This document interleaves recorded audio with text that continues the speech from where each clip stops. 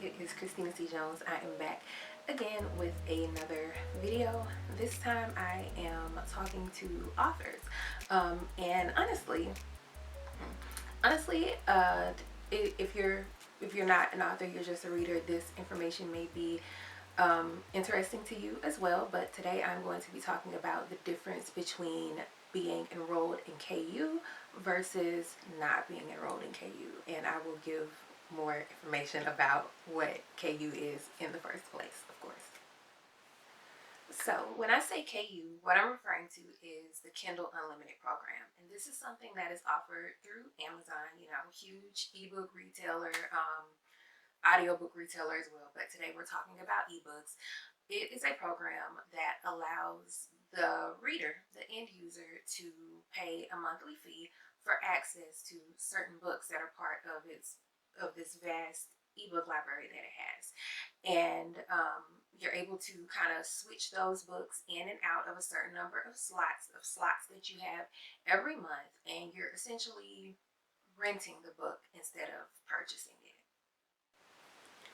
Now, the benefit of that for the reader is that you're paying one low monthly fee to be able to access a whole lot of books, a lot more than a whole lot more than, I believe it's $10 as of right now. It's $10 a month. You're accessing a whole lot more than $10 worth of books by paying that flat monthly fee. And so if you're an avid reader, especially as a lot of romance readers are, you're able to get a whole lot more bang for your buck for versus spending anywhere from $3 to $10 per ebook. You're able to just spend that $10 fee that one time, and you're able to kind of move books in and out of those slots that I mentioned before.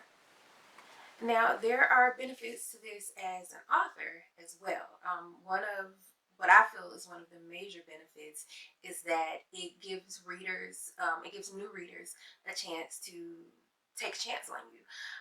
Readers who may not, your name may not be necessarily out there as much quite yet. This may be your first book, or it could be your 10th book. Because I know I didn't pop. It took a whole lot more than one or even five books for me to pop. But it just gives readers a chance to check out your work, see if they like it or not, and then, add you to their list of go-to authors or whatever. It just gives people an opportunity to take kind of a risk-free chance on you. They've spent the $10 for the month. It's not like they're going to be out of, whatever the purchase cost of the ebook is to take a chance on your work. And I feel like that's one of the larger benefits to me. And of course, it's not like we're not doing this for free. There is a monetary benefit. I'll be transparent and say that a large portion of my monthly income from being an author comes from KU. Like, a big portion of my income comes from that, and so I feel like that's something that can't be discounted. I think that the argument that a lot of people use against KU, and it's a fair argument, I'm not saying that it's not, but the argument that a lot of people use is authors get paid through KU via a certain cost per page read. And so if someone doesn't finish your book, you don't get the full cost of it, versus if someone had purchased your book and then didn't finish it. There's a certain cost per page read, and it's a low cost. I'm not gonna front. It's a very small number. I don't remember. It changes every month because it's part of a fund, which is why it's so I'm trying not to curse in this one, which is why it's so reprehensible when people try to scam that system, because you're not stealing from Amazon, you're stealing from all of us. You're stealing from every author who is in that KU pot. But anyway, it's a certain number per month, every month, per page read, and yeah, you make that certain amount per page read versus the very kind of concrete amount that you make per sale. But I believe that because there are so many people in the KU program, and because they're reading so much more than they maybe would if they were not in that program, I believe that the volume makes up for it. That's what that's what my experience has been. But again, I'm gonna try my best to give the real as far as I know. You're not making as much even if someone completely finishes the book. You're not making as much through KU as you would for an equivalent sale. But it's a big assumption to make to say that, well, if I wasn't in KU, all of these page reads would be sales.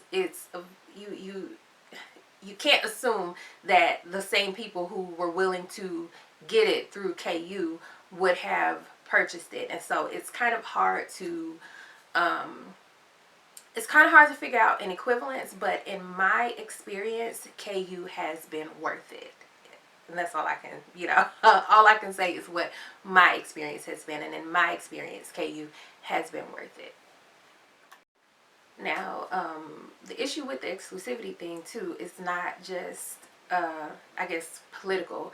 There is the consideration of the fact that you cannot have your book available on other platforms. That means you can't sell direct through your website. You can't put it on Kobo, Barnes and Noble, iBooks, Google Play Books, any of those other platforms.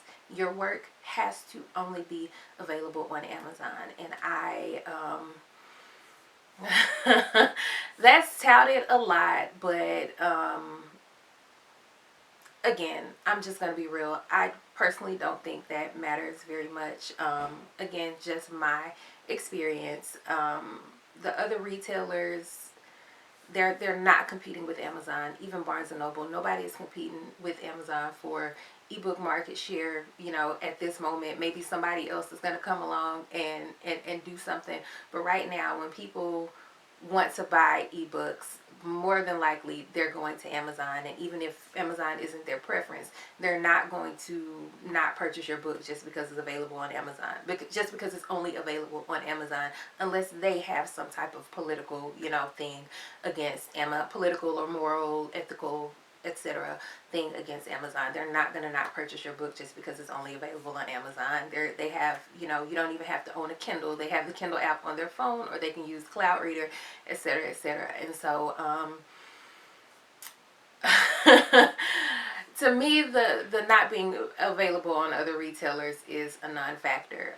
But with that said, there is the consideration for if you want to be included on any type of like bestseller list outside of Amazon's bestseller list. If you want to be on like the USA Today bestseller list or the New York Times bestseller list, etc., you would need to those are based on sales from, like, collected sales from all retailers, and you have to be more than just, you can't be Amazon exclusive, and you also I believe have to have your paperbacks in those stores as well. And so I'm not sure how how much of a concern that is for a smaller indie author at this time, but it is just something to consider. I know the information, or I think I know the information, so I just want to give as much as I can. And then there's also the factor of less money, which absolutely should be a consideration. I know there are so many people who feel like, well, art is, for consumption, and it is. But there are people who, have no respect for the idea of an artist being paid for that art. I'm not one of those people. I absolutely urge you to consider the money. Like, that is just, if you're devoting your time to this, devoting your energy to this, putting yourself out there for your art to be judged and all of that, you absolutely should be considering the money. And while I would absolutely recommend KU, especially for a new author, as they're establishing themselves, and as they're building that readership, it is once you are established, I feel like you start leaving money on the table with KU. And I think that's why you're going to kind of, as this year goes on and next year, we're going to start seeing authors divesting from, from the KU program and from that Amazon exclusivity. And it's not only about the money. Some people just aren't, just are not fond of Amazon and them having that certain level of control over their work, or not necessarily over their work, but over the distribution of their work. There are a lot of people that just aren't really into that, and I can't blame them, because I'm I'm one of those people. I have not pulled any of my work from KU yet. As of right now, everything that I have on the market is only available on Amazon. I am Amazon exclusive for my entire catalog, but you are definitely going to see that changing in the very near future, as I start to divest. And I know that for readers, who are part of that KU program, it can be frustrating, because, you want to, your favorite author, or one of your favorite authors is coming out with a new project, and you want to be able to read it, but maybe that KU subscription is all that your monthly budget will allow, and so it's frustrating, and I absolutely understand that. But I don't believe that authors should have to sacrifice their potential, they shouldn't have to sacrifice their potential livelihood to participate in a program of that type. And I just, yeah, that's that's pretty much my feeling on that. So the KU program has only been around since about 2015. I could be wrong about that. If you know, let me know. But it's only been around for about 5 years, maybe 6. Before that, it was something else. It was Kindle, KOLL, Kindle Owners Lending Library, which was for Prime members to borrow books. And then there was another borrowing program, etc. And so, and that's just in the time that I have been publishing. So that's just been within the last 7 years. But my point in saying that is that there was absolutely a time before KU existed, and authors were able to publish their books and get them in front of people, and people were able to read those books. People purchased those books, and they were able to read those books, and it wasn't a problem. KU has not always existed, and so if Amazon decided tomorrow, as they are liable to do, because they change stuff all the time, but if Amazon decided tomorrow that they weren't going to do KU at all anymore, people would still publish books, readers would still read them, and the world would go on. Everything everything would still be okay for everybody. And so I don't think that we should be, that when someone does or doesn't include their book in the KU program, I don't believe that we should be treating it like it's like a big deal, honestly, because it's really not. It's really not that big of a deal. Like I said, romance has been around for a long time. KDP has been around since like 1994. I could be wrong about that too, but they've been around for a minute, and this KU program has not been around nearly as long. And so whether or not you choose to participate or not as a reader or an author, you'll be fine. I fully believe that you will be just fine. As a reader, you definitely have the option to just purchase the ebook, or most authors now are making their books available in paperback as well, or only paperback sometimes. So you'll definitely still have options, even if an author chooses not to use the KU program.